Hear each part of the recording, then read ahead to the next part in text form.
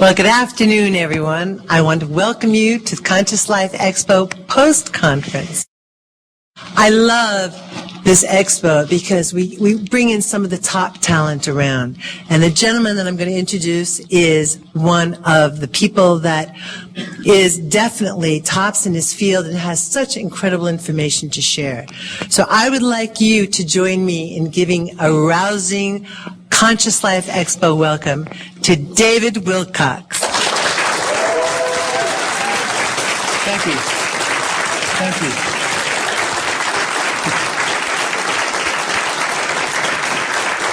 Thank you. Appreciate that. You know, 2012 is about a new birth, and now that I have my own umbilical cord, we have a great symbolic reference for that. So this is going to be a bridge where we're going to start with the 2012 Enigma material that I didn't get to finish yesterday because literally we had the line for that room wrapped around 2 halls in this hotel. It was enormous. How we got all those people into that room, for those of you who remember, I don't know how it worked, but it was a divine miracle in and of itself that we actually got the people in. So, this is about what the government is like for most people right now.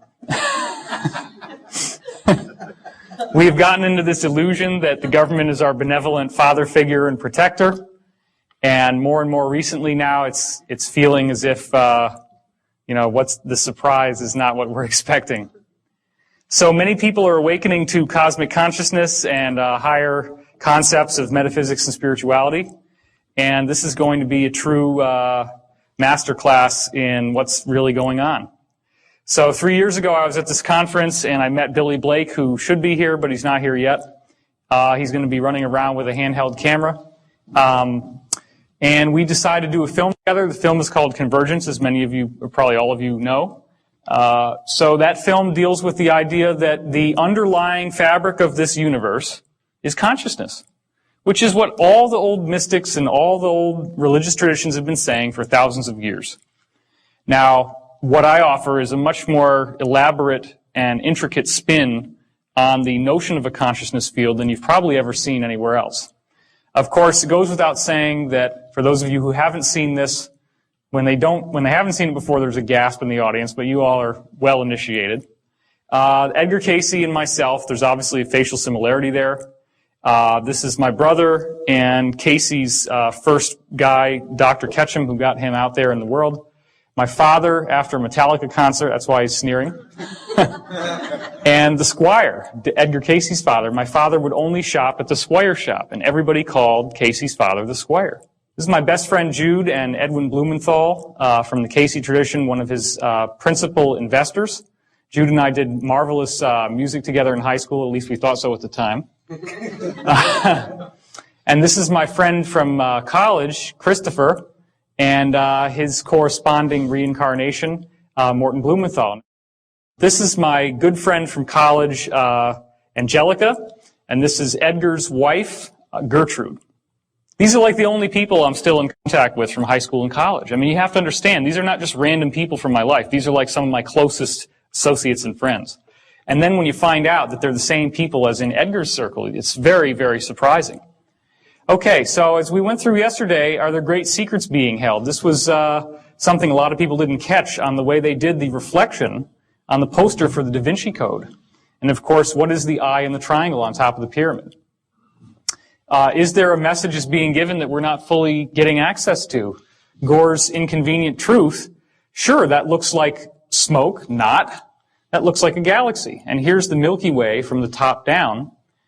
There's our sun, so you can see this is about where we are. So we're not all the way out at the edge, we're kind of in the middle. But doesn't this look sort of like crosshairs to sort of point towards the galactic center and suggest that there's some sort of galactic alignment that's going on here?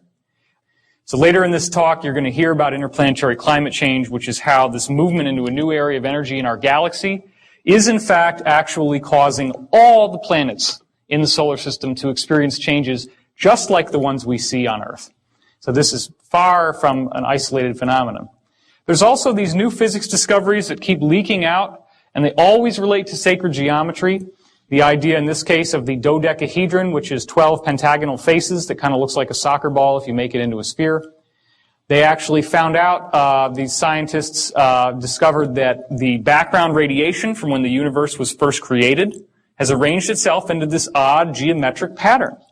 And that's been proven.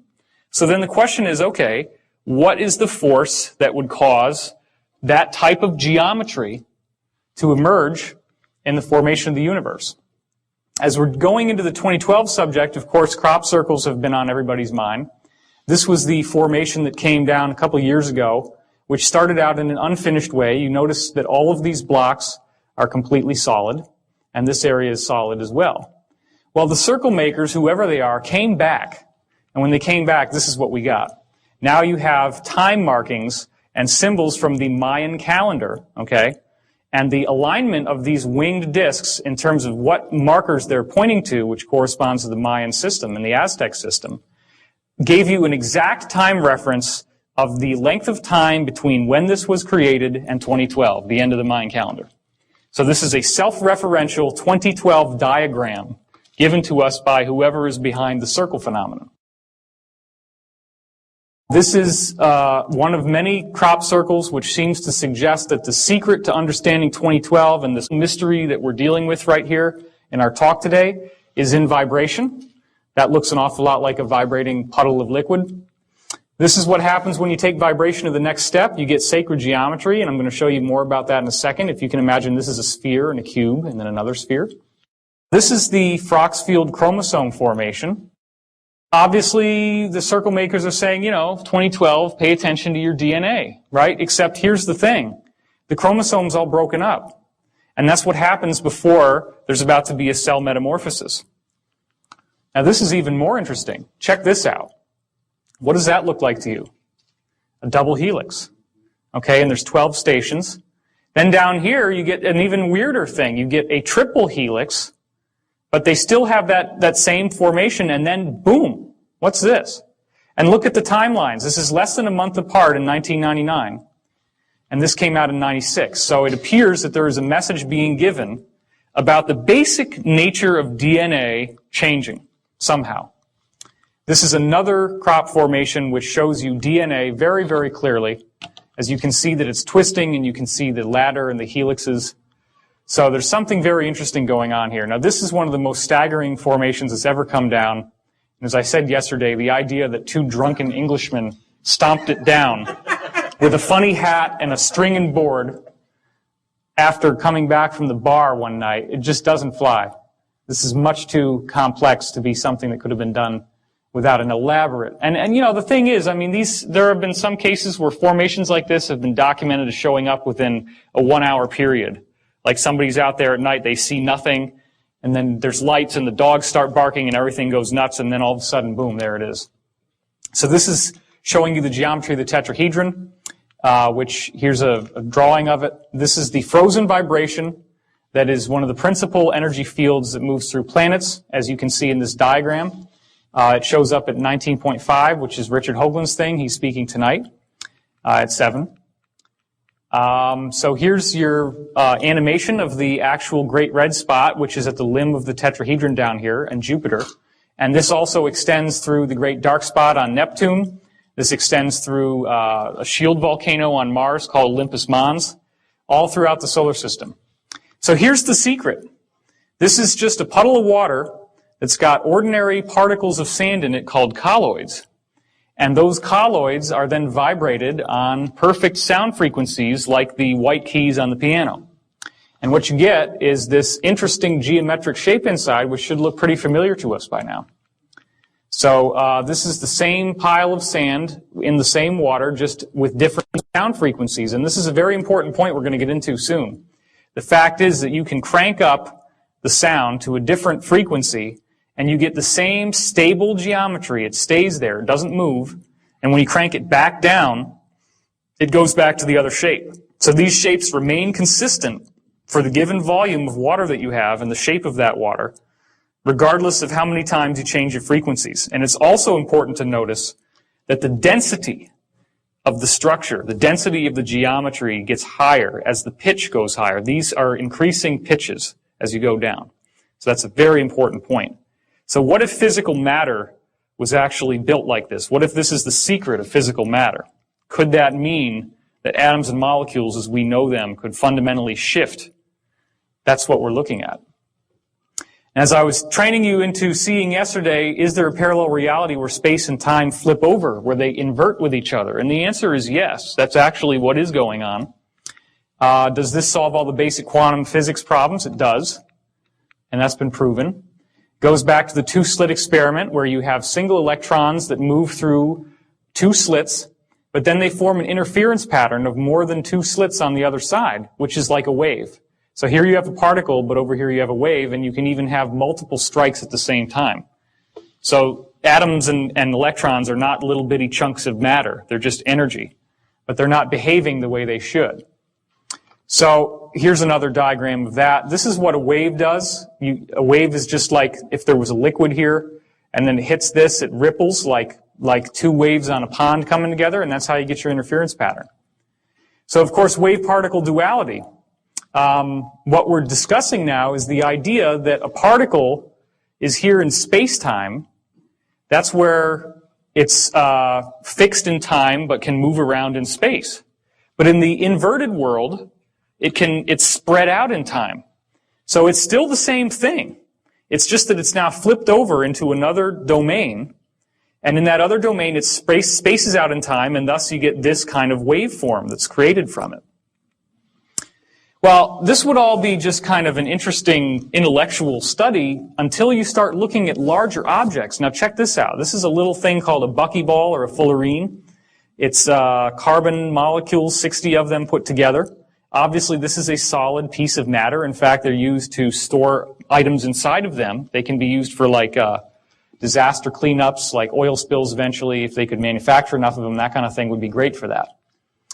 Well, Zellinger in 1999 took these carbon-60 molecules and shot them at a 100 nanometer diffraction grating, which is a little slit like we showed you before, and they got an interference pattern, which is like a wave. So do you realize what that means? The buckyballs were rolling inside out somehow. They hit that wall, and they turned over. Like, have you ever had one of those little balloons where you squeeze it in your hand and it goes whoosh? Is everybody with me? That's what seems to be happening with physical matter, and I've heard that from black ops people as well. This is performed in Austria. So this little guy popped into all these waves when he hit the wall because he flipped inside out. Now, what's really interesting about the geometry that we're already showing you, like the geometry at the formation of the universe, is that they also can do this. But they do this in a very interesting way. When these geometries flip inside out, this is the opposite that they form. So when you have the dodecahedron, it forms the icosahedron. The tetrahedron flips into another tetrahedron upside down, and then the octahedron flips over into a cube, and it goes back and forth between those two. Now here's what's another very fascinating point. We've just seen how the fullerene can burst into a wave. Well, guess what? DNA is almost the same width. Now just chew on that for a second if you haven't already seen this talk. I mean, DNA is supposed to be a molecule. In fact, the amount of DNA in one cell of your body, if you spaced it out, is 5 feet long. It's 5 feet tall. So there's a lot of DNA in there, but if DNA can turn into a wave, then that opens the door to all these quantum non-locality principles. All of a sudden that stuff becomes real. It becomes true. Well, we already have plenty of experimental evidence, and I'm just going to show you one of them right for now. This is Kuznetsov, a Russian scientist who passed a diseased cell culture through a shield here, which when it was glass, there was no effect. Of course, the other culture was just healthy tissue. But then when he passed through quartz, the quartz allowed the disease to be transmitted to the healthy cells here. So you have disease to healthy. Well, a virus, again, is a little tiny thing. Most viruses are shaped like geometry. I don't know if you remember that. A virus can turn into a wave. Okay? So there are some people who believe, for example, that AIDS is synthetic and that you can actually activate the dormant virus with a wave. It is important to remember that your consciousness has more power than any wave that could ever be beamed at you. So if you ever start worrying about electromagnetic mind control or all these silly things that people get focused on, that's something that you don't need to worry about. Also, has anybody here done healing? Has anybody here? Okay, wow, that's more than half. Have you ever noticed how if you're with somebody and you're really empathizing with somebody who's sick, that you start feeling some of the same thing that they've got? There was a case where I had a woman, they were doing a Reiki session on her, and I was in the room, and I started to have this outrageous pain in my big toe.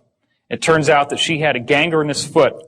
That exact spot on my toe that hurt was where the pain was the most strong for her.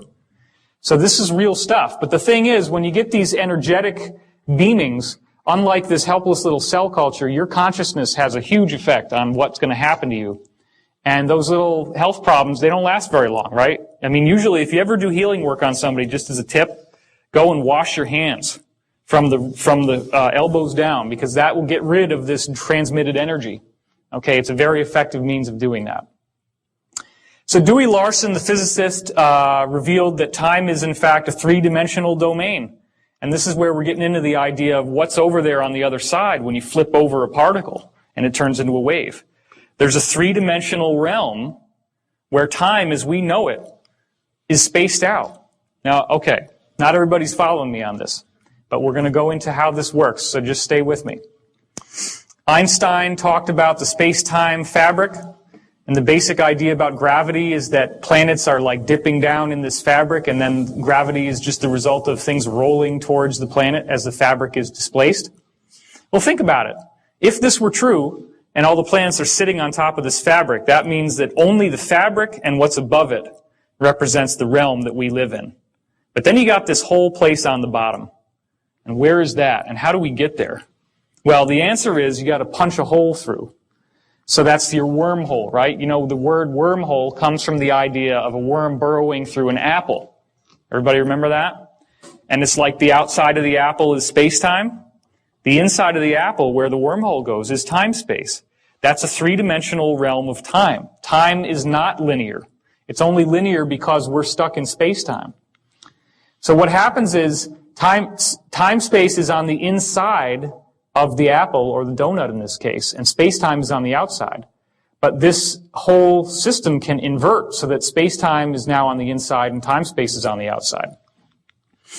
So here's the basics of it again. 3 dimensions of space and 1 dimension of time. You can move around in space, but you're fixed in time. It's moving forward like a river. When you go into time-space, what we would think of as time is now 3-dimensional, and what we would think of as space is now 1-dimensional. You actually move around in 3 dimensions of time. This is where we're having dreams. This is where we're having astral experiences. That's why a psychic in a particular place can actually look forward and backward in time in that location, because they're viewing through time-space. That's what your psychic function is. Distance you travel in time-space is actually time travel over here. Now that sounds really far out, but the bottom line is all the things that I'm telling you have been verified by multiple black ops witnesses. They've been verified by experimental, secret projects, and a lot of actual evidence that's in the public domain that we just don't normally understand what it is or why it's there. The entry and exit points are very important. If you look up in these medieval texts about fairy circles and fairy rings, these are the little circles you go into where you find the fairies or the gnomes or the dwarves or the elves or whatever. Well, you don't just find them anywhere. You have to go into these circles, and you can only enter them at certain times because it has to have to do with a planetary alignment. You see, the Earth has naturally occurring natural stargates on them. And I know that some of you might not believe this, but there is so much evidence, and we're going to go through some of that. There are natural stargates, and you actually can time travel. So there's a very important reason why the ancients were building things like Stonehenge and the pyramids. This is not just to entertain themselves and to build a tomb for the dead pharaoh. Okay, it's much more than that. So I read this book when I was 7 years old, and in the book we have descriptions of experiments in ESP between Harold Sherman, the author, and Sir Hubert Watkins, who was an Antarctic explorer.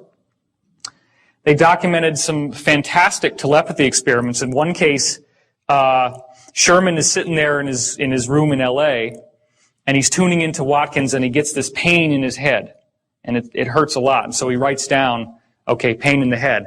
When we correspond that to what Watkins' journal said at the same time, all the people in his Antarctic expedition team were bumping into this stovepipe that had fallen down with a sharp edge, and they were actually lacerating their head, the skull. Hit bleeding from that, and he was feeling the pain. Just like I said, there's an energetic transmission of the pain. Well, after Watkins died, the telepathy continued because they were so much in affinity with each other that he could recognize Watkins when he spoke. So Watkins is describing in some of these readings, I guess you could call them, what it took for him to get into Sherman's mind. And he said there was a nested set of spheres that he had to go through. And he had to find a channel to the center to get to the message to Sherman, which was not easy. That's why they call it channeling. Because, and I didn't go into this last time, but what really appears to be happening here is everybody knows about the system of chakras, the esoteric system of chakras. The chakras are actually different levels of your soul and different levels of where your thought processes and consciousness processes are happening. So as you go through these Kundalini meditations, the idea is that you're supposed to raise the Kundalini serpent. I was shown in multiple readings that the actual process of raising that Kundalini is collapsing the chakras together into this set of nested spheres. Because when you do that, you focus everything into the one spot in your brain that we're going to go to here. So this is bringing all your chakras together and then finding that channel so that the entity that's trying to reach you or your higher self can get to the center. Because the center is where all the action happens. Why is that? Well, the center of your brain has a small gland in it called the pineal gland, which as you can see here, it was called pineal because it's shaped like a pine cone. This is the exact geometric center of your brain. It's right here. And this, as we're going to see, is very important in ancient cultures. The Sumerians gave it a description, which you can see here, the little acorns on the top of the staff that he had. And there's also a little jobber up here. And what we found out from Dan Burish is that these can be reversed.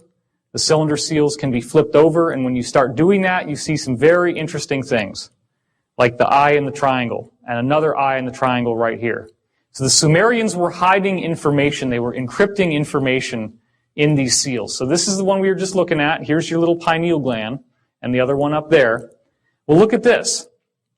Now, if you've seen Stargate SG-1, the first episodes, you remember the Goa'uld, the villains in Stargate? You remember how they had these helmets that went around their head that looked like a snake? That's the helmet. That's the Anunnaki. They were human-like people, but they wore these weird helmets in order to appear like gods to the primitive Sumerians they came to. And this is how they encoded the secret of what they really looked like inside this image right here. It only works when you put a mirror image on it. But then you also see he's holding all these pineal gland staffs, and he's got this seal over his head, and more symbols here. But it gets a lot more direct as we go on, and you're going to start wondering to yourself, why in the world are all these cultures focusing on the pine cone? This is Osiris, the lord of the underworld in Egyptian mythology. This is his staff, which as we now know, this is the raising Kundalini, the serpent, but it also represents DNA. And there on the top, as the Kundalini rises, what are they looking at? They're looking at the pine cone. That's the junction point where all this energy comes together. Now, King Tut has this Kundalini serpent actually going through his head. That's a symbol that they gave, that the pineal is fully activated, that your chakras have now all turned into that nested set of spheres, and that access from the higher realms is moving directly through your head. They believed he had that. Whether he did or not, we don't know. Here's the Babylonian god Tammuz, and as you can see, he's holding a pine cone. So once again, he's a very powerful god from that tradition, and you're seeing the same type of symbolism coming through. Then you go over into Hinduism, the goddess Shiva, the goddess of destruction, the breaking down of the old to purify the way for the new. What does her head look like? What does that hair look like? It's another pineal gland. And you've also got the redundancy with the symbol of the third eye, and you've got the serpent wrapped around her head. The same iconography once again. And it's so powerful in the Hindu tradition that even now, it's common practice to wear a symbol of the third eye on your forehead if you're a woman, and they all have these various bindis, as they're called, that they can order and wear. This is, as we go more into more recent gods, the god of drunkenness and revelry, Bacchus. You can see he has the goat-shaped ears here, the kind of demonic almost looking, and he also has the cloven feet. But then look at this. What's that? There it is again, huh? There's that pine cone. So once again, Why do you think alcohol, hard liquor, is called spirits? Think about that for a minute. Because it opens the door to these influences. And the ancient people knew that. That's why they were called spirits. You've ever seen people who get like completely possessed when they're drunk and they just seem different? They seem a lot more negative. Well, negative entities in some cases seem to be able to grab hold through the pineal gland. And so they knew about all this. They knew that drunkenness and revelry opened up the pineal. That's why he's got it on the top of his staff. Dionysus, who is the usher through the underworld, the usher through death and rebirth, he's also got the pineal gland, the pine cone on his staff. So there's the same message yet again. And here's another image of Dionysus with a bigger pine cone. Well, let's not leave out Buddhism. Check that out, right? Same exact thing once again, the hair. That's another symbol of the pineal gland. And even the fact that it looks like a pine cone with these little, the way that they braided their hair. I mean, all this was done deliberately to honor the pine cone. So then there's a quote from the Bible, the light of the body is the eye. If therefore your eye be single, your whole body shall be full of light. That's Matthew 6:22. Well, that's pretty weird, huh? Guess how the mainstream Bible scholars interpret this passage I told you yesterday for those who were here. They say, well, you just have to be single-mindedly focused on God the Father as your salvation. That's why it's one eye. You just want to kind of look at him. This is a single eye, and it makes your whole body full of light. Well, the Bible says God is light, so this is what's going on. It's your hyperdimensional gateway. The third eye, yeah. But surely we say, even though maybe a Bible passage could be interpreted a certain way, it might not mean anything, probably doesn't mean anything. Surely the Vatican wouldn't follow something like this. That'd be silly. There's never any public acknowledgement of it, or do they? Well, check this out. This is the Vatican Square, and this is a gigantic statue of a pine cone. It's the largest statue in the Vatican, anywhere outside, except for this little ball over here, which we're going to look at closer in just a second. Notice the peacocks, which have a very kind of Egyptian feeling to them, like the ibis, right? The Egyptian ibis. It's a very similar type of bird. And what's this all about? What's that look like to you? Aha, that's an open sarcophagus, just like in the King's Chamber or the Great Pyramid. What does the open sarcophagus symbolize in the Great Pyramid? No more death. The transition into spiritual life, okay? So, this all has to do with, I'm going to start walking a little bit.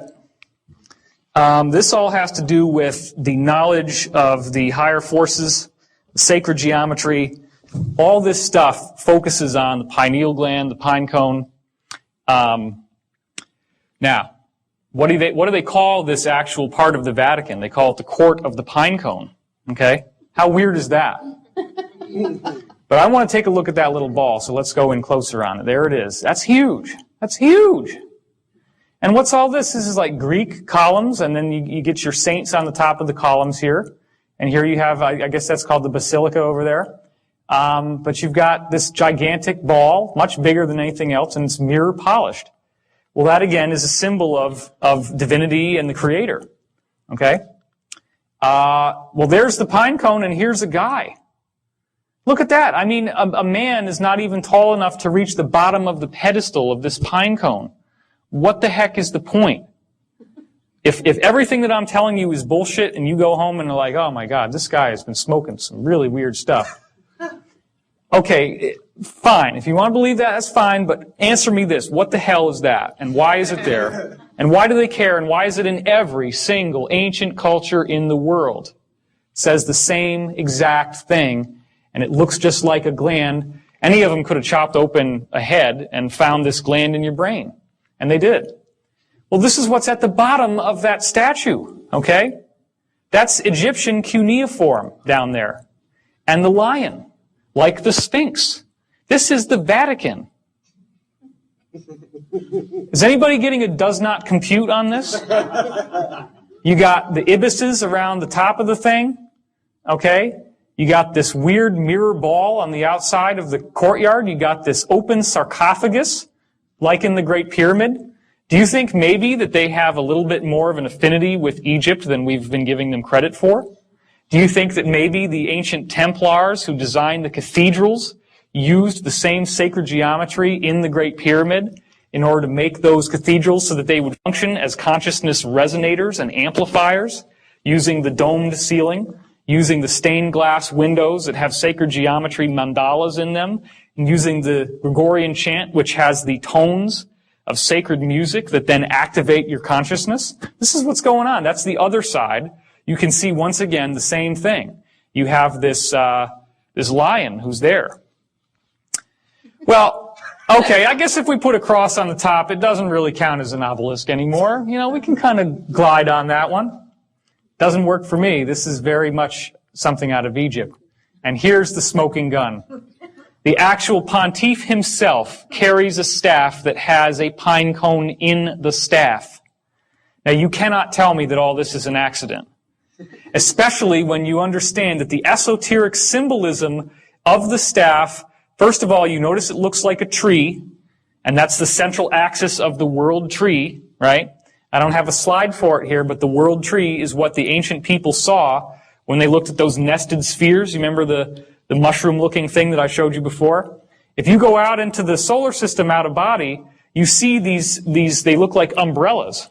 And so you see a trunk in the middle, and then it moves out like this into what's that sphere that we're showing you.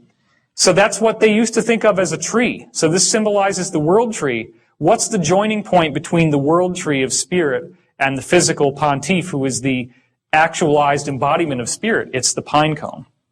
So this is showing how the pineal gland, once it's fully awakened, allows you access to the world tree, which is the repository of all spiritual wisdom and knowledge. So, the pineal gland has been explained through conventional methods, conventional means, to some degree. They have figured out what it does by looking at how when light strikes your retina, there's a little nerve system here called the preganglion sympathetic neurons, and they move through, and the light transitions itself into your pineal gland, okay? When the light goes off, it signals electromagnetically to the pineal gland that it's time to go to sleep, which then secretes melatonin into your cerebrospinal fluid, which activates the whole brain's sleep mechanism, the whole nervous system, okay? So the pineal gland is very much associated with going to sleep. Well, that makes sense because when you go into a mystical state of consciousness, typically you have to go into a very meditative, very zoned out, very relaxed Zen type of consciousness. That's not an accident. So again, if therefore your eye be single, your whole body shall be full of light. So when you cut off the light on the outside, the light opens up on the inside. That's the melatonin mechanism. Well, the pineal gland is activated when light goes out. Jesus also said the people who sat in darkness saw a great light, Matthew 4:16. Again, the idea that it's only when the light goes out and you can activate your pineal gland that you have the full access to this knowledge. So the pineal gland also secretes another chemical. This is more recent research called dimethyltryptamine, or DMT. It's becoming increasingly popular in the New Age circuit now that people are taking these South American potions like Yopo and ayahuasca, which is the one you're probably more familiar with. The actual dictionary definition of what DMT does is that it includes profound time dilation, time travel. This is when you're accessing the time field, right? Time is three-dimensional. It's no longer linear. You can shift time. Journeys to paranormal realms. That's like those fairy circles, the gnome circles, right? And encounters with spiritual beings or other mystical transdimensional modalities. All right, so there's the shape of it once again. Now, what's the big secret? The interior is filled with water. How does that seem like a big secret? Who cares? Why would it matter that there's water inside the pineal gland? Well, those of you who were here yesterday know the answer. The interior of the pineal gland, the water flips in and out through time-space. We'll get to that in a second. The problem that most people are having is that the water calcifies as you age. In fact, that's how they're able to figure out if your brain has a tumor when you're getting an MRI. Most people have this chunk of calcium in the center of their brain, which looks white on the MRI or on an X-ray. And if that little guy is off to one side, why is that? Think about it. Because what? Tumor is pushing on the brain, and it knocks it off of alignment.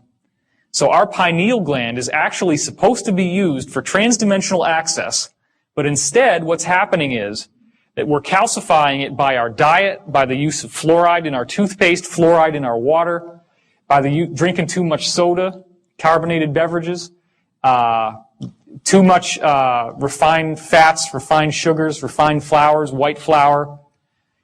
Anything in moderation is okay. I'm not saying you got to go on a totally Spartan crazy diet. But this calcification is also what the Bible calls the mark of the beast. The mark of the beast is on the forehead, right? Does everybody remember that from the Bible? And what was it supposed to mean? It's supposed to mean that you're captured in the grip of materialism. Well, that means that you don't have your spiritual access open. That's the symbolism. The symbolism is when you look at the chakras, you actually see a dark spot up here. So that's where that comes from. Now this is where it starts getting very, very strange. Okay? If you haven't already been blown away, this is where it should start to change your consciousness. The interior of the pineal gland, all along the inside, has rods and cones just like the retina on your eye. Do you think that maybe when they called it a third eye, that they knew what they were talking about? Do you think that an eye must have a cornea and a lens and all this vitreous fluid in it like we have? The fluid is there. But you just got the retina. So there's something that appears to be happening inside. It's like there's a little television in here. And you can actually get audio out of it, and you can get video out of it, and that video feed is being picked up by the rods and cones, and that's your imagination. That's the mind's eye. You actually have a retina. Have you noticed that when you visualize something strongly enough, that you really do see it? You can close your eyes, but you're still seeing things. This is where it's coming from. Now, some of it obviously can happen in the mind. I'm not saying that everything that you think is showing up inside this little gland here. But what I am saying is that a lot of your contact with the other side, when you're traveling through time or when you're having a dream, the interface between your dreaming body, the silver cord, as it's called, the silver cord is anchored right here. That's where it comes from. That's why when people have an out-of-body experience, they hear a loud cracking noise, and then they fly out of body. The crack comes from right in here. So, the answer to why this works is that there is an electromagnetic shield that is created when the light goes out. It may be stimulated by the release of the DMT, but these two little arteries here, they don't look like much, but it's a known fact that the pineal gland has more blood flow per cubic volume than any other gland in the body. This gland has the most high amount of concentration of energy from your body of anything else. And that's because it's our gateway. So if you can start to imagine the idea that there's this complex electromagnetic shield that starts forming like this, and you see all these weird rotations happening around it, and they're all going in these different directions, what that actually, and it becomes so fast, it's like, if you move it fast enough, which I'm not really capable of doing, it would just start to be all red. You get a perfectly formulated shield around the gland. When you do that, you have now shielded off all of the electromagnetic, gravitational, and otherwise, well, not gravitational, but all the electromagnetic, the radio waves, all the energy that gives us a reference in space-time. That opens up the door to time-space, just like when you shoot that little carbon-60 molecule, the little buckyball, at the slit, and it pops inside out, and it turns into a wave as it goes through. Well, there are little molecules inside this water called microclusters. And those molecules can flip over, and that's the gateway that allows you to see into time-space. So darkness activates electromagnetic activity. It feels like a pressure, a buzz, or a tone or acceleration inside your head. Has anybody here not had that experience? Okay, no hands have gone up. When you'll hear sometimes it's almost like there's a gong, or you feel like a pressure in your head. That's now some people just call that Kundalini activation. But what's actually happening is that sometimes spontaneously, even during the day, your pineal gland just kicks up. It's like a car engine, and it suddenly gets going, and you feel this sort of explosive energy shooting up into your head. This is actually this mechanism, this machinery of electromagnetic charge, zooming around, doing all these different things to shield off the water inside to give you access. So if that ever happens, if you get that tone in your ears, just try to tune into the meditative state and get really clear and figure out what's the message of that moment. A lot of times it'll be that whatever happened right before you get the tone is something really important for your spiritual evolution. So you want also seem like an excruciating headache? It can. Headaches can happen, but that's when there's a blockage. That's when there's something in yourself that's not allowing this to fully open. And that, at that level, deals with not being able to see yourself as a sacred being. Seeing yourself as unholy, seeing yourself as impure. So it really does boil down to self-acceptance. When you're fully aware and self-accepting, you can fully open your pineal gland. That requires a great deal of work, which is what we're getting into later in this talk. So the water becomes your conduit to time-space, the parallel reality, and then your interior retina in your third eye, because you actually do have three, records the visual images. That's what all the ancient cultures painted the bindi on their forehead for. DMT seems to accelerate the activity. LSD and other psychedelics force the pineal to release DMT. It's potentially dangerous, so I'm not recommending you go out and start tripping because your pineal can get stuck on even when you're awake. And that's the actual nature of schizophrenia, delusions, and waking hallucinations. There have been multiple studies that have been done proving that shamanic visionary experiences and schizophrenic hallucinatory experiences are almost identical. What the ancient shamans have happened to them is just about the same as what happens to schizos. It's just that the schizo is cracked. The walnut is cracked, as I call it, or the acorn, or the pine cone, right? If you have some of that electrical activity that doesn't know when to shut off, which could be also the melatonin, right? When the melatonin kicks out, it's telling you to go to sleep. That's what starts to fire up this engine. It's only when the DMT kicks out a little bit that the engine goes into full steam. But that's usually only after you fall asleep. But as you start to fall asleep, the melatonin starts to rev up the engine. Well, a schizophrenic doesn't get enough sleep. That's one of the things that every study has shown about schizophrenia. They are insomniacs. So if you do that enough, then melatonin more and more will start to be synthesized while you're awake, and it starts to open your gateway, and you start getting these hallucinations. So DMT is what's cracking that protection of keeping it electromagnetically dormant while you're awake. So it does very much look like the pineal gland is a natural hypergate. Now, here's another interesting thing. A colleague of mine discovered that the eardrum inside the ear is tilted on a weird angle. That's not straight up and down like you'd think it would be, or that you normally would imagine. It's tilted, and it actually tilts forward like this. So the eardrums look like this inside your head. Okay? What he found was that he could build microphones that had this orientation, like where they are in your head, and he gets a three-dimensional recording. So if I were to take one of these mics and put it here in the room, and then somebody ran over through the back screaming, and then we take his speakers, because he built holographic speakers, and you pop the speakers right there in the same exact room, and you press play on the tape recording, you're going to hear that person running behind the room as if they were there. You get a holographic sound. Now, it makes sense, right? If light can be holographic, light is a vibration, why couldn't you do exactly the same thing with sound? This is how it's done. It's done by reverse engineering the way your ears already work, because the human ear has a better three-dimensional tracking system than any other creature. The only creature that even comes close is the owl, which obviously for the hunting purposes. So we have a very unique hyperdimensional mechanism, and he actually also found that these lobes of the inner ear here are corresponding in the geometric angles to the Great Pyramid, the angles and slope of the Great Pyramid. So this is what happens. They're coplanar with a tetrahedron inside your head, the point of which comes out through the third eye center. And of course, the third eye is at the geometric center of this. So when you're going into the pineal gland, when you're falling asleep, you're going to lie down. You're going to tilt your head like this. Which way is the tetrahedron pointing now? Which way is the triangle going to be? Like this, right? And your eye is in the center. So doesn't that look a lot like this? So this is the secret, okay? There is a secret that has been kept right in front of our eyes. Nobody understands it. And again, as I said yesterday, I'm actually releasing this information for the first time. No one has ever made this public before. This is from deep in the Black Ops stuff, and I only was able to put the whole thing together from 7 different witness testimonies that all correlated independently of each other. That's how I found out that it's from the pineal gland. I'm not sure that they would want anybody to know this, so I am taking a risk at revealing this, but that's why I did it publicly first.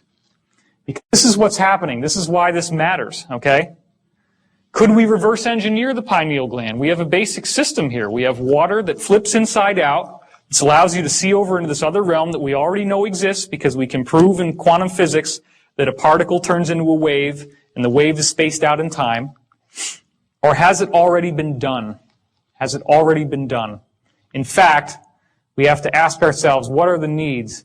We need a barrel-shaped or pine cone-shaped container holding water, and it would have to be a special water.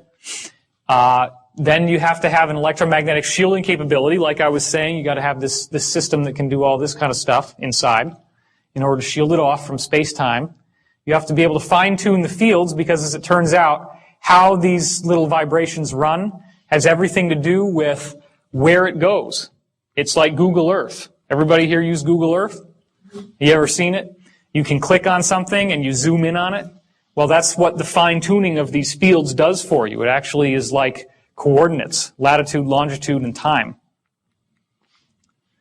Then you need some kind of method to pick up the visual images. Now, normally in the pineal gland, you do it with the retinal tissue, but you don't have a retina when you're dealing with a machine, so what do? Well, what does a television use? It uses a cathode ray, right? It's a little thing that shoots onto this surface, and the electrons strike the surface, and they glow. Well, an ionized gas is going to glow if you strike it with this energy. So why not squirt an ionized gas in the middle, and then that might pick up the visual images? Well, this is what it looks like. This is real. Yesterday and today is the very first public unveiling in a public presentation of Project Looking Glass. A human being is about this tall. This is built in underground bases. It is colossal in size. And what happens is when you fire this thing up, these rings start going in all different directions. It shields off the barrel of water inside, which is just like your pineal gland. The water inside flips over into time-space, which then captures argon gas, captures visual images, and this is what it looks like. It becomes huge, glowing, all the way out to these posts, which are used as stabilizers for the energy field. Now, it doesn't start out with an image of the Earth. That's just there as a placeholder, although you could see the whole Earth like that if you wanted to. That's not usually what happens. Well, contact, right? We have been given the technology right in front of our faces in the movies. They just don't tell you what it's for. 13 Ghosts. That's got one of those as well. In what? I think it's called 13 Ghosts. 13 Ghosts? Well, thank you. I'll have to check that one out. Doesn't sound like a movie I'd want to see, but if it's for that... It's horrible. Oh, I can imagine. So contact, just to recap from yesterday, blueprints come in from the Vegans, from Vega. They figure out that it's only when you fold up these patterns into a cube, which forms what there in the center, the triangle with the eye in the middle, as it folds up, cube geometry, that's when you can decode the plans to build this, these rings, which becomes this machine. And there's your little helicopter. So there's another shot of it. They got computer animations of how it's going to work with the different rings moving. This actually looks like the fisheye lens distortion effect that happens around the looking glass when you power it on. There's a gantry crane up at the top, and the little guy is dropped down and goes inside. That's like your barrel inside the mechanism there. And this is where all the action happens. This is where the Stargate opens, the wormhole into the higher realms. In this frame, we're seeing how the whole thing collapsed and fell apart. So, of course, you want to take a ride. You know, the new the new formation of the one after the old one breaks. And here we're seeing the new one. Once again, you get a very clear view, and there's your little eye with the rays coming off it, just like the all-seeing eye on the dollar. Not surprising. Here she is. It's even larger than the real one, standing on this ladder, looking down inside. This is the chamber and the chair inside, which we'll see is very important. And here's your geometry. Look at that. Did anybody notice that when you were watching the movie? Because it goes by pretty fast. That's that same geometry that's in the background radiation of the whole universe with the sphere in the center. They fire it up. Guess what happens? Big, bright luminosity, just like the real thing. The real thing that they're actually using and have been using since the 40s at least. and here's what it looked like from the control room. It gets brighter and brighter, and then she starts having the floor disappear. She gets dropped down inside, and then, of course, she goes through this wild wormhole ride, and there's an ascension experience at the end of the dream, because it is like a big dream, because she's in the dream plane. Now, last Mimsy, again, you got the same principle. The children find these little objects. She finds this toy rabbit, and he finds this little thing that helps him speak to the spiders. It all comes out of this cube that they find. Well, guess what's going on here? Same thing. It creates, at the end of the movie, it has created a wormhole into the higher realms, which allows them to send DNA into the future. Now, this movie is like an infomercial for everything that my colleague, Dr. Dan Burish, has been saying he dealt with in Majestic 12, dealing with extraterrestrials from our own human future human lineage extraterrestrials, as he called them. That apparently, in his system, they have gone to the future, they have survived, but they had a small gene pool as a result of the cataclysmic activity in 2012, and I'll get into why I don't believe this is what's going on. And then they needed our DNA, and they're trying to come back in time to get our DNA to fix their genetic problem. So this whole movie is just a big infomercial for all the stuff that Burish has been saying, right down the letter. And there was a lot of development on the script. It is actually a great movie. I do recommend it. Now here's the thing. This is actually precisely what was found, except for the sphere, but the shape, and then even the little filigree on the outside, the little 1 centimeter raised filigree. This is what's called the cube. It was found in the Roswell crash. And this is what it looks like when the tides open. Just, you ever see the movie Hellraiser? I don't know if you'd want to. But they have a little puzzle, a little box that they flip, and then it pops open, just like this. And what happens when it pops open? Where do you end up going? You go into this parallel reality that's like hell, right? So that's all based on real knowledge, because some of the spiritual planes you can go to are pretty nasty places. So when it opens up, you get these brilliant, vibrant colors inside and this grid pattern. It's called the yellow disk because the little yellow disk forms right here when it starts. And then you get a full color image, unlike the other the other one where it's argon gas and it's all yellowy. You get a perfect color image on the real thing.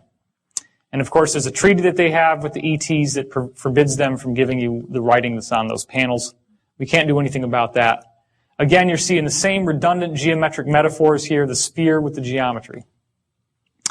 So, all of this stuff, all of this usage of the looking glass technology has created some very, very interesting things. They have used this, for example, to cheat on presidential elections. Think about it. If you actually did have a technology that could allow you to look into the future and you're running for office, what are you going to want to do? You're going to want to go look at the newspaper headlines and the television and figure out what swing states you lost. So then you're back in time and you can program your Diebold voting machines to tip the vote just enough that it's exactly 50-50, which is what happened in 2000 with George W. versus Gore, and it's what happened again in 2004 with George W. versus John Kerry. Okay? The problem is that as a result of the fear that they have that in 2012 that you're going to get an Earth axis shift, which is caused by an inappropriate amount of energy moving through the looking glass devices. They have, as of December 2006, completely deactivated and deconstructed all looking glass technologies on the Earth. The Iraq War had, to a large degree, the mission of capturing a looking glass technology that was dug up in Sumer, which was originally in the possession of Gaddafi in Libya, which is why they attacked Libya. Gaddafi got rid of it and gave it to Saddam Hussein. Saddam Hussein was using this technology, viewing the future. The U.S. government went in after him because they felt that the fate of the world was at stake, because if they did not capture this technology and get it back and deconstruct it, that the Earth would have a pole shift. So this is what they say, and it's a great story. It'll make a great movie, which I'm sure is being written. We're going to get into the pole shift and why I don't think that that's what's going on at all. I do have a negative doom and gloom disaster view of our future. It's very important that you hear that, even though I know some of this stuff might be a little freaky looking. So the D of the CTP is what they call it in code parlance, because nobody's going to know what that means. But when you actually decipher these letters, it means the doctrine of the convergent timeline paradox. Here's the problem. You look through time with this device, and when you hit 2012, everything goes perfectly white. As you get closer and closer to 2012, starting in around 1980, a very strange thing has been happening when they use the looking glass. There is an interlacing of images. So right now, imagine that if I had this slide on half the time, and then the other half of the time, there was an image of like a face. And if I interlace them slowly, then maybe every second it goes from here to the face to here to the face. Then as it speeds up, it gets faster and faster to the point that if it were complex images, you couldn't make out one from the other because they're flip-flopping so fast. Okay? That's called interlacing, and the frequency of the interlacing gets higher and higher as you go towards 2012. So anytime that they try to look at or they used to try to look because they're not using them anymore, 2009, 2010, 2011, 2012, bam. It's so interlaced that they have a whole server farm of computers just to deconstruct the two images and be able to see what they're looking at in the future. So again, this is what they're using. This is one of the main ones they're using, the Orion Cube as they call it, or the Cube. And also it's being used with looking glass.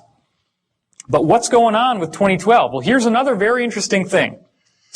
Dan Burish, who I've had multiple discussions with privately, and we're actually going to have an event that we're speaking at together at Caltech, which is later in March.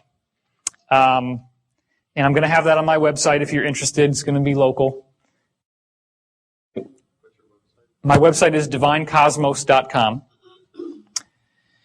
And we're going to talk about all this stuff there to some degree, but it's mostly going to be on his research with biology, which we'll get into later. But anyway, we have multiple parallel futures that we can choose.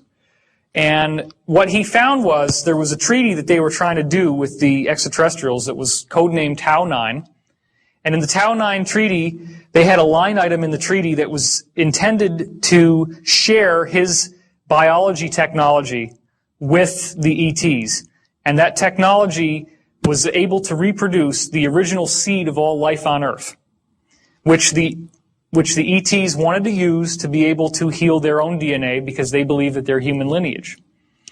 So what he found out was that these other beings apparently had contacted him and said, you cannot tamper with the tree of life. You can look at it, you can admire it, but you can't mess with it. The tree of life is the actual source code of our DNA. So what was happening was they were looking into the future, and he took the negative visual that he got from the alien, from the ascended being that came to him and warned him about the tree of life. He held that image in his mind of what would happen to the Earth in 2012 if this were allowed to happen. And the image inside the looking glass immediately shifted to the apocalyptic vision. So he was able to prove by doing this that you can determine the outcome of what this thing shows you by your conscious focus. So 2012 literally does represent create your own reality time. It has everything to do with what do you expect is going to happen. This is where thoughts becoming reality really takes on a whole new meaning in a way that you've never heard of before. Now again, I also had a contact with a man named Daniel. You can hear about the story on the free 3.5-hour Project Camelot video that's on my website. You can go look it up. I met this guy in New York. I was stranded at the airport because of the snow. I ended up going to a Denny's. It was the only place that was open. I had brought the Montauk book with me for some reason, even though I thought it was all just a bunch of crap. And this dude walks by in like biker gear and a big burly beard. Big guy. So you like that stuff, huh? You like that Montauk? I said, oh my gosh, this is all a bunch of crap. He says, I used to work for Preston Nichols.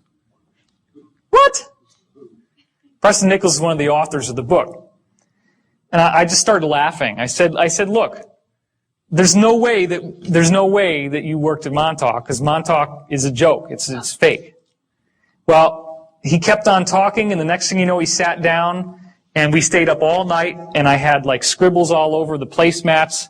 And I mean, this guy, and it's a shame that he doesn't want to go public, because I'll tell you, he's got an amazing amount of information. And I didn't go into it very much yesterday. Some people asked me to go into it a little bit more, so I will do that. You have to understand that there is a basic New World Order, an Illuminati, if you will, which is primarily run by the Rothschild family. The Rothschild means red shield, which is all kinds of esoteric symbolism we could go into, which I don't have the time for. The Rothschilds financed Stalin and the takeover of Russia, the Bolshevik Revolution in 1917. They have financed the French Revolution. They financed World War II. They financed Hitler, and they were financing the U.S. So they believe in order out of chaos. You fund both sides of a war, and whichever side wins, you got their vote, because you're their paymaster. You've given them their money. You control their financial supply, which means you can control the government. Okay? And you profit no matter what. Right. And also what happens is that the war stimulates the economy, so you get much more infrastructure and much more buildings coming out of it. That's why, for example, Ford Motor Company was building tank plants in Germany, which is why Hitler's Wehrmacht had the tanks. It was from Ford. When American bombers bombed Ford's tank plants in Germany, Ford personally repaid Hitler so he could rebuild the tank plants faster. Boeing actually was shipping, this has been documented, was shipping passenger airliners to South America, which were then sent to Africa, where they ripped the seats out and turned them into Hitler's bomber fleet. That was Boeing. These are American corporations. The whole idea of these big wars is a joke. It's a setup. It's a game that's played to play off the opposites against each other in the hopes of synthesizing a new world order where we all kind of synthesize. That's why Democrat and Republican is a joke. Okay? They want certain aspects of the conservative Republican Party. They want, for example, the cultish religious aspect, but it's not Christianity. That's why the liberal side is all about being open and being free and not having any of these traditional shackles on you. Because what they ultimately want is a racist society. They're very racist, and they're interested in a new world order which is run by a Luciferian philosophy. Now, this is very disturbing sounding stuff, but they actually believe that since they have the secret tradition that goes back to Atlantis, and that they've been persecuted for thousands and thousands of years by various people, nobody persecuted them as badly as the Roman government through the Catholic Christian Church. They were tortured, they were killed, so they came to the natural conclusion, you can understand anybody would have done this under the circumstances. What do you think they would choose? They would say, okay, whatever God these guys think is God, that's not the right one, because he's stringing us out on the rack, he's torturing us, he's killing us. Therefore, whoever the Christian church says is the bad guy is the good guy. Okay, wait a minute. Lucifer is the brightest light, the brightest angel in heaven, right? And he's the one that got tossed out of heaven. Well, maybe he got tossed out of heaven because he was too cool, right? Because everybody else in there was a bunch of corrupt shysters. Well, this is actually what the most powerful people in the world think. And they are a fundamentalist religion just like any of the others. They still believe this weird stuff. They follow these teachings. They actually buy into this, okay? So that's why it's weird, because you see these political parties that are siding with religious fundamentalist Christianity, and they actually do have a fundamentalist religion, but it's the mirror opposite. So their energy vibrates with each other, and that's why they work together so well. Don't forget, of course, that Hitler was also running on a Christian platform. And who was Hitler's main ally in World War II in Europe? Italy. Italy is the Vatican. The Pope and all that stuff was supporting Nazi Germany, okay? Because it was in the Vatican, which was in Italy, which was Mussolini. So, the reason why I'm telling you all this is not for you to have a fatalistic sense of doom. It's to also enlighten you to the fact that this is going on, that it's real, and that the Nazis were very, very proactive in rebuilding all of the ancient secrets that had been lost, because for the first time they had a world power government that could go out and militarily by force invade places that were being kept under lock and key with heavy guard and go in and steal the artifacts and the technologies that would allow them to rebuild their so-called master race and all this stuff that they're so into. Okay? What's that? Raiders of the Lost Ark. Raiders of the Lost Ark, exactly.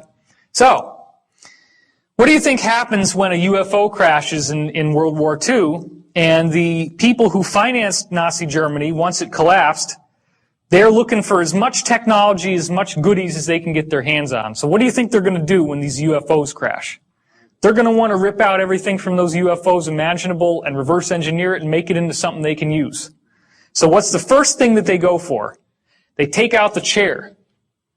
Because these UFOs, you're sitting there in the chair and you say you want to go somewhere, you meditate on it, and a vortex opens up in front of the ship and you fly through it and you pop through a wormhole and you end up somewhere else. Okay?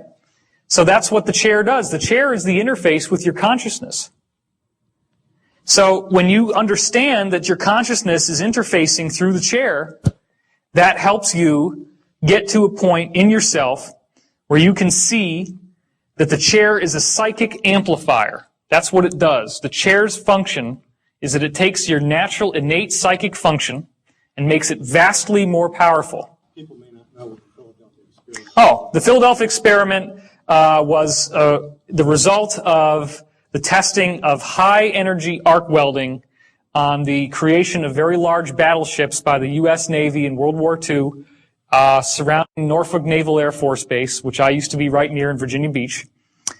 What they found was that when you got this high energy, this was the highest arc welding ever done, like a big bolt of lightning. And it pinched time-space into space-time. So you get this black hole in the room. And then actually they were having tools disappear. So the tools never came back, and they realized there's something here we can use, and they actually designed it into something that they put on the ship in the hopes that the ship would be able to be invisible, like the tools became invisible. What they didn't realize is that they were going to jump from one place to another, and it had a devastating effect on the crew. Anyway, I don't want to spend all of our time just going through this old material, so we're going to get back to the chair. We're going to get back to the point that they could actually create a wormhole with the chair, with the psychics exercising their consciousness in the chair. They had help from, apparently, ETs from Sirius in designing the chair. And the chair allowed them to send people through time. There were multiple wavelengths that the chair cranked out on graph paper. Okay? Some of those wavelengths were corresponding to a natural 20-year harmonic in the Earth's vibration. And that 20-year harmonic, as it turns out, if people were moving through time, which is one of the things they found they could do, is send people through time, this wave would tell you exactly where you were in time, depending on where up and down it was. So what they found that was so bizarre was that at December 21st, 2012, they could calculate it down to the day, that's how precise this was, that for some reason all the graphs, all the waves would go into a complete flat line. They no longer moved up and down like before. They went flat for like 7 or 8 seconds. So then they're asking the guys that went through these stargates and were traveling into the future, what happened to you? Every single time that somebody tried to hit 2012, they said the same thing. There was this thing they called the bump. It actually hits you like a bump. You actually feel like you've slammed into something. And as soon as it slams into you, you have the most incredible religious experience you can imagine. Cosmic consciousness. Your consciousness just blasts into this wonderful place where you have awareness of no space, no time. All knowledge is available to you. Ecstatic God consciousness. You could be the galaxy. You could be a subatomic particle. You can go everywhere, do everything, and there's no sense of it ever ending. So when it finally stops, you just can't even believe that you're back to who you were before. Like what happened to Jodie Foster? Exactly what happens to Jodie Foster in Contact. So, Is that the moment of no time then? that's the zero time, yeah. And Daniel doesn't agree with me on this, but I believe that 2012 is our zero time reference. By the way, Daniel did say that the stargates are real, that there's one main stargate per planet, that they dug them up from ancient Atlantean technology. They actually buried it under the ice in Antarctica because they were concerned that something would come through that could damage human life. So that is real. Stargate SG-1, all those television shows, of which there's 10 seasons, the first and second year of Stargate SG-1 are remarkably loaded with real stuff. And there's even an episode of Stargate called Wormhole Extreme, and you remember that one? Where they're making a fake television show about a real Stargate program.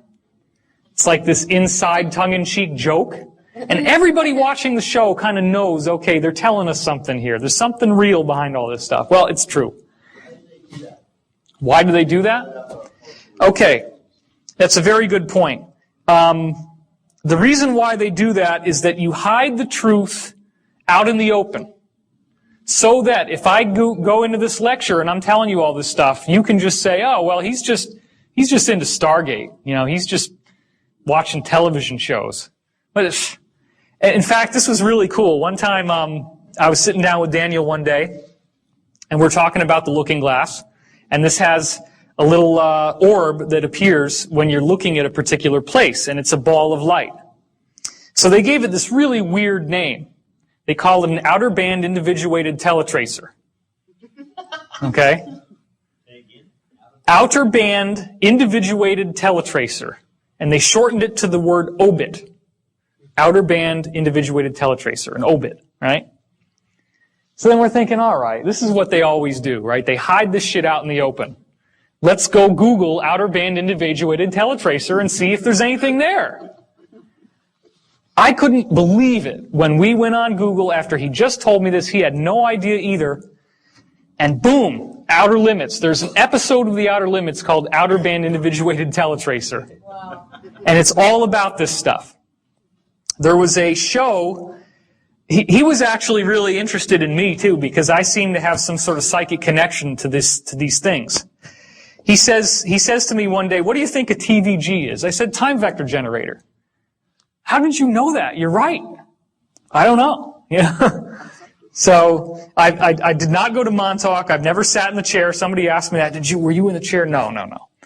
I was just very, very fortunate by some kind of crazy synchronicity to meet this guy. I wish he would go forward, but he doesn't want to. He did tell me, by the way, that they have found life on other planets. He said that the moon Io around Jupiter has little creatures crawling in the rocks. He said that Mars once had a civilization, that they've actually had astronauts on Mars, that they have a photograph that he saw of these astronauts waving with a big pyramid next to them. They actually have underground bases on Mars. There's a technology we've learned about from other witnesses now called a jump room, where you walk into the room, it's like an elevator, the doors close, you suddenly feel really sick to your stomach, the doors open, and boom, you're on Mars. Just like that. No time has elapsed. So these technologies already exist. And I would certainly like to have one. It would be a lot easier than taking an airplane flight. You can get over the stomach thing, I guess. So, again, all gate travel is much better than using a ship. It's a much preferable method than traveling by a spaceship because you go a lot faster and you go a lot farther. And you can reverse engineer it by taking the seat out of the ship, which is what they're doing here. So, have these seats ever showed up in film so that they can hide it out in the open? Well, check this out. There's your seat. Now, this one doesn't actually have any consciousness interface, but some of the other ones do. Total Recall, Jump Rooms to Mars, Civilization on Mars, Underground City, Pyramid at the end, and once again, you have a chair that has a strong effect on your consciousness. In Stargate SG-1, they have the Chair of the Ancients, and O'Neill sits in it, and it activates and amplifies his consciousness, which allows him to defeat the evil fleet of the Goa'uld by shooting balls of light at them. Minority Report. Here you have people sitting in chairs, floating in water, and they are psychic, and it is amplifying their psychic ability, which Tom Cruise is then able to manipulate on a screen. One of the things that Daniel told me is that out of all the waves that this chair cranks out from the ships, that it also includes visual images from your pineal gland. And they can space them out and look at them just like in the movie. So this may have been designed to set the precedent so that someday they could actually create a department of pre-crime. Now, what also is very interesting is that the witness testimony we have of people going through these wormholes shows us that it looks like little light bulbs lined along the sides as you go inside. So that right there is not an accident. We've already got pre-crime in Britain. Really? Jim Moss has been talking about it. Oh, how about that? Jim Mars has been talking about pre-crime in Britain, he said. Okay, X-Men is another one. You remember Cerebro? Where he wheels up to this thing. This is actually the antenna at Montauk, except that it's a octahedron, 2 Egyptian pyramids base to base. But it's the same basic idea. There's a chair in there. You put this little helmet on. This is where you sit.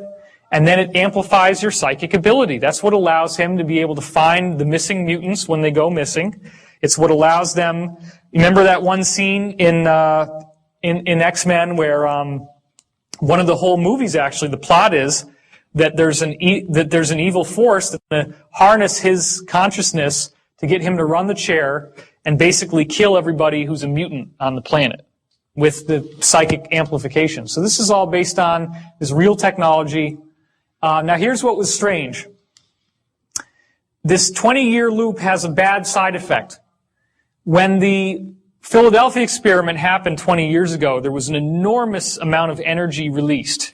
That energy reflected through the time domain.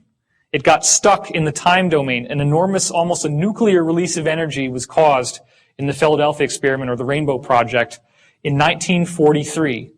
There's a 20-year harmonic, and during certain favorable points in the harmonic, if you have a huge energy release, you're going to get another one down here, and you have a conduit or a gateway between those two areas. Okay?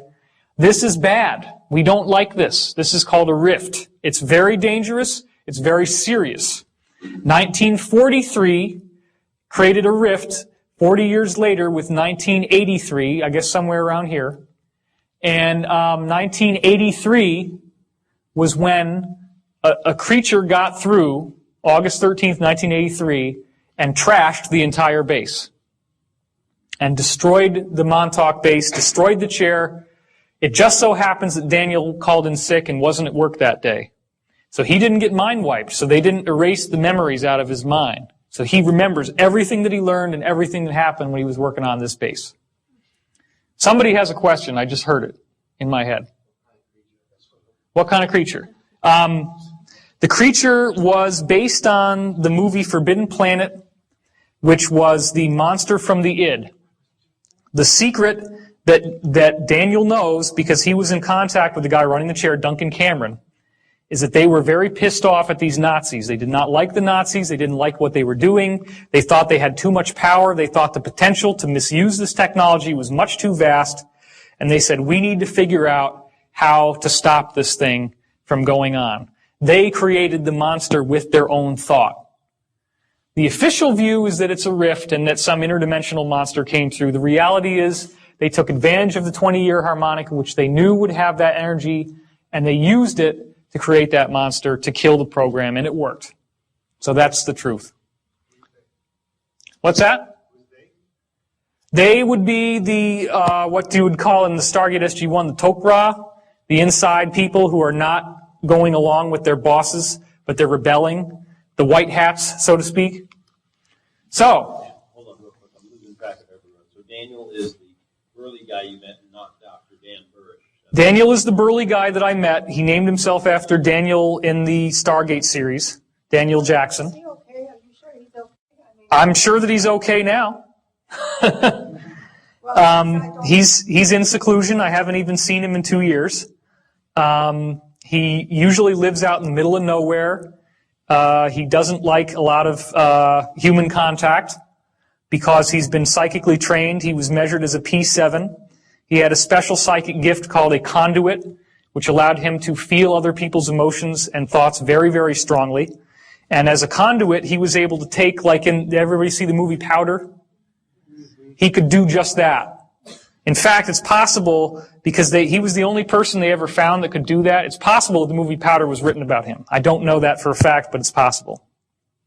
He also has some really weird stories.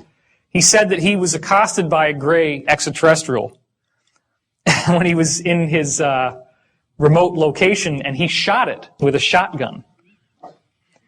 And he said that they found out in these programs that the extraterrestrial physiology is like a vegetable and not like a body. So you can shoot them and they don't get hurt. This thing, and it just sort of kept walking. Very weird, huh? So yeah, and that's what's so strange is that when I was in high school, I wrote a story about a guy who shoots an extraterrestrial with a shotgun. And we started to find all these weird correspondences. The first time I took LSD, and I have done acid, I did 20 some odd trips. I had a very strange experience. As I was coming down the stairs, I was peeking. I was like, what in the world is happening to me? I had this feeling that if I did not create the floor under my feet with my mind, that I would fall through the floor.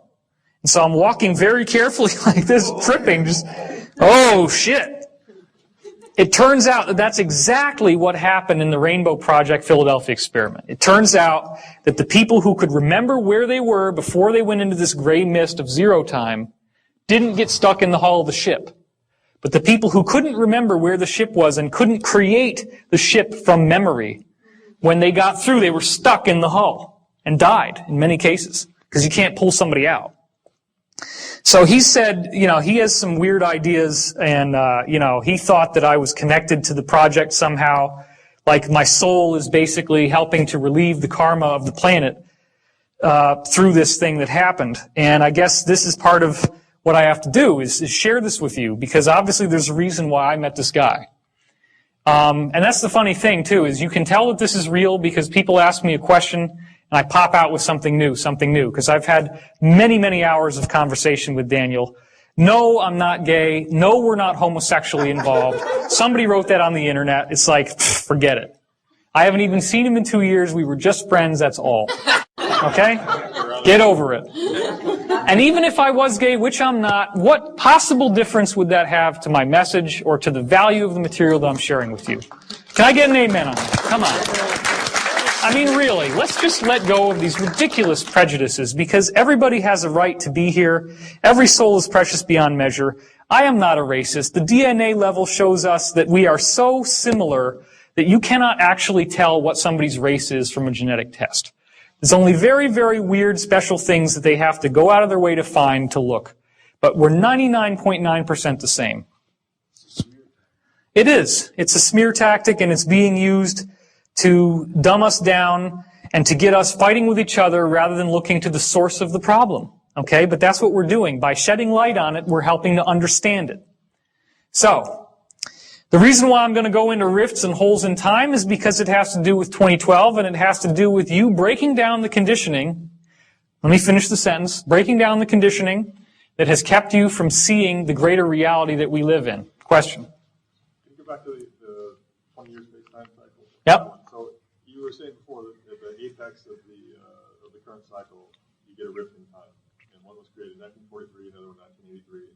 Is there a possibility of that happening again at some point in the other? Yeah. Okay. He asked a good question, which is, okay, the apexes of the wave and the bottoms of the wave is a 20-year cycle, but especially from top to top, the 40-year cycle, from 43 to 83, you get this big conduit, you get this big rift that was created by the Philadelphia experiment. Now again, it could have been anywhere. It was the fact that the Philadelphia experiment was done when it was that created a harmonic coupling 40 years later. That's all. I don't know for a fact that that was on the peak of the wave. He didn't say that. However, this wave is a subharmonic. It's only a subharmonic. The 2012 wave is much more powerful because we're dealing with ultimately a 26,000-year cycle.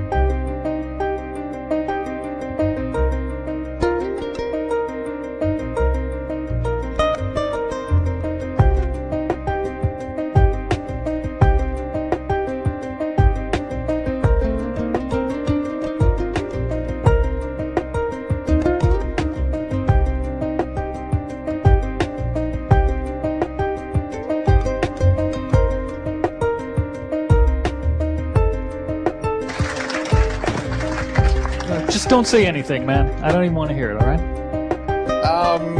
Then here's my question. All right? You can talk as long as you like. You have a unique perspective on Edgar Casey. Edgar Casey I knew this was going to happen. Correct. No. It's the psychic premonition, right? Dude, I ain't backing on you, man. No.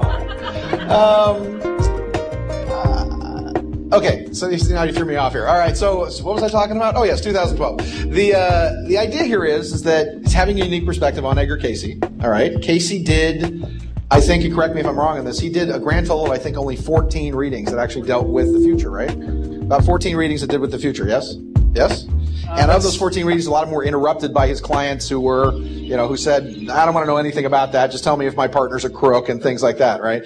And Cayce has been not only amazingly prescient about what's going on, and his predictions have come true in a way, but not in the cataclysmic nature that a lot of people have expected. For example, he said that in 1998 to 2000, that there would be a shifting of the poles, period, or the beginning of a new age. And it is interesting because there was a polar shift. Not many people know it. In 98 to 2000 or so, when the poles actually shifted, there's 3 magnetic north poles. And the pole actually shifted from one to another to another. If you're talking about Chandler's Wobble, yeah. Yeah, Chandler's Wobble, exactly, did happen. He talked about 1998, the Library of Atlantis, the beginning that it would be found. And of course, in 96, there's an earthquake in Cairo that cracked open the Sphinx Temple complex. And we think that the Tomb of Osiris might be the foyer, if you will, to what might possibly be the Atlantean aspect. So considering that a lot of Cayce's predictions have been pulled down, so to speak, that have been softened by prayer and human action and what have you. And you don't have to stick to that. I'm just pointing out, because of your unique connection to this, the connection and what I am of interest to me, we seem to have done so much work along the lines of the Mayan calendar, the harmonic convergence of 1987, meditations that have been done 92, 94, earthquakes that have been lessened in California.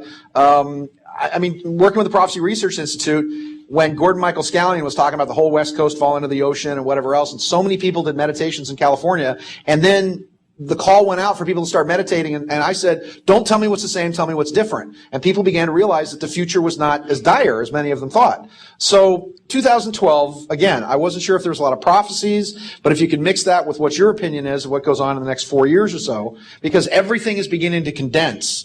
Everything is beginning to pull humanity back into the beginning of that quantum leap. So take us there and take it away. Okay, great. Well, thank you, Sean. What I didn't want to have to dwell on is the reincarnation thing. If you're interested, you can go to my website, divinecosmos.com, and read about that. Because I don't really think this is about individual personalities as much as it's about yourself. A lot of people have come up to any of us on this panel, I'm sure, and would like to have us be the savior figure, for lack of a better term. And there's no messianic return. It's a consciousness awakening that's happening in each person.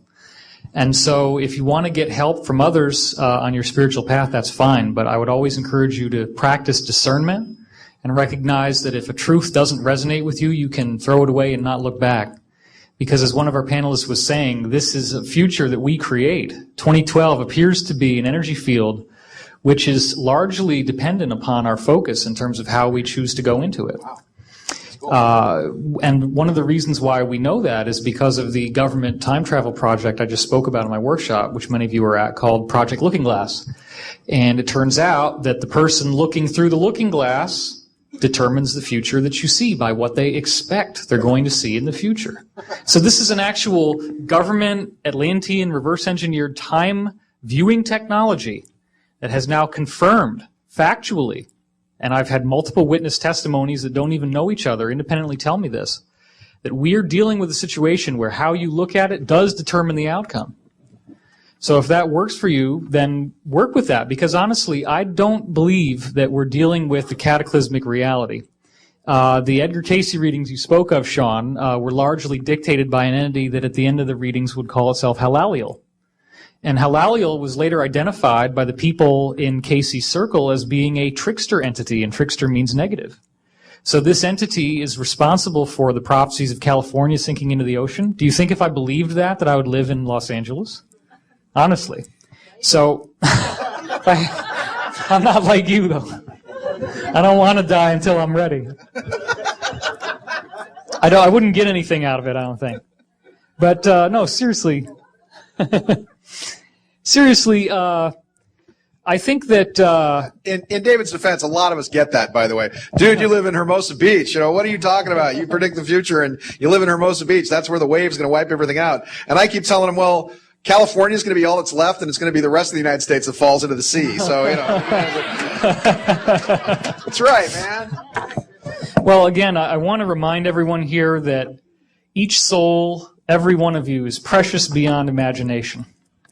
And it's just such an incredible honor for all of us on this panel to be able to share this energy with you, because as you tune into our frequency, there is a very real energetic conduit that is formed. And if we are clear enough, then our personality disappears and we become a lens for the Creator that you're shining to us to shine back onto you, hopefully with some transformation and some nice filigrees on it. So I wanted to share with you a perspective on 2012, getting back to your earlier question, Sean. And this deals with the idea of what exactly is going to happen between now and 2012. And this gives me a great segue into a piece of information which is scientific in nature, which I've wanted to share at this conference, and this is the great time to do it. I was poking around in Russian physics. I was looking through the web for various scientific studies done by Russians on torsion fields, which is the energy field of consciousness. And they've done some fantastic work.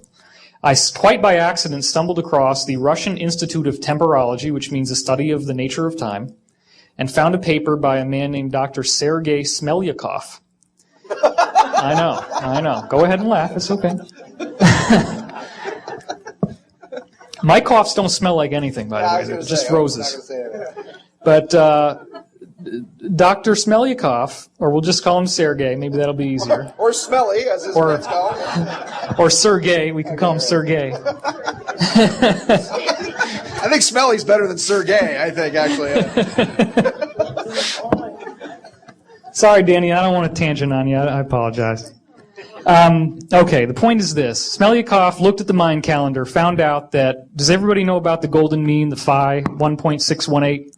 That's the harmonic cut, the sacred cut. You can cut a guitar string and it'll be 1 to 1.618 is the ratio. Anyway, that's the basis of all life and all growth.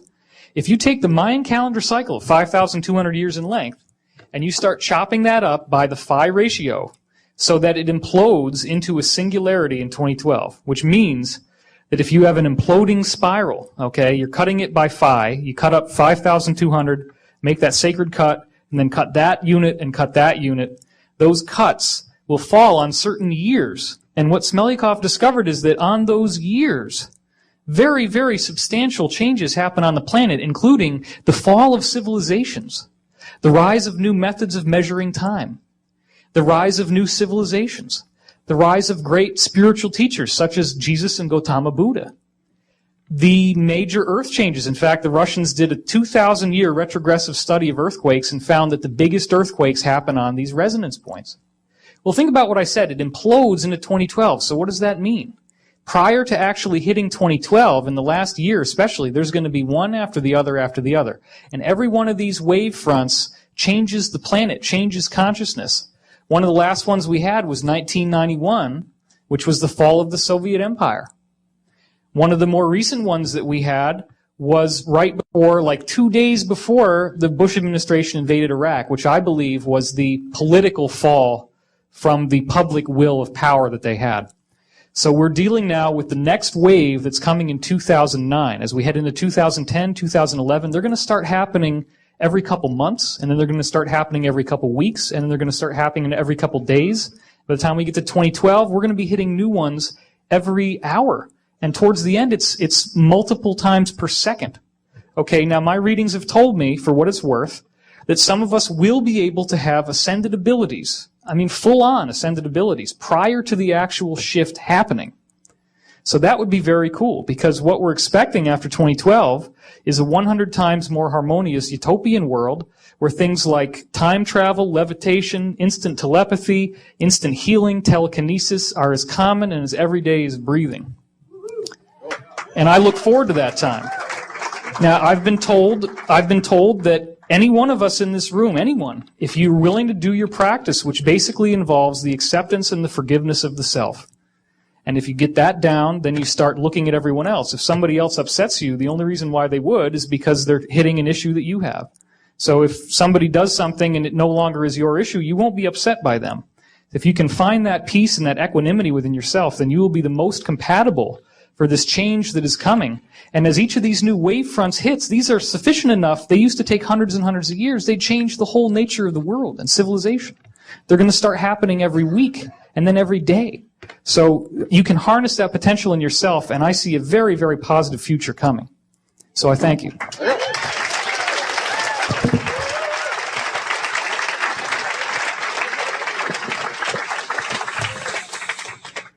Forgive Bush.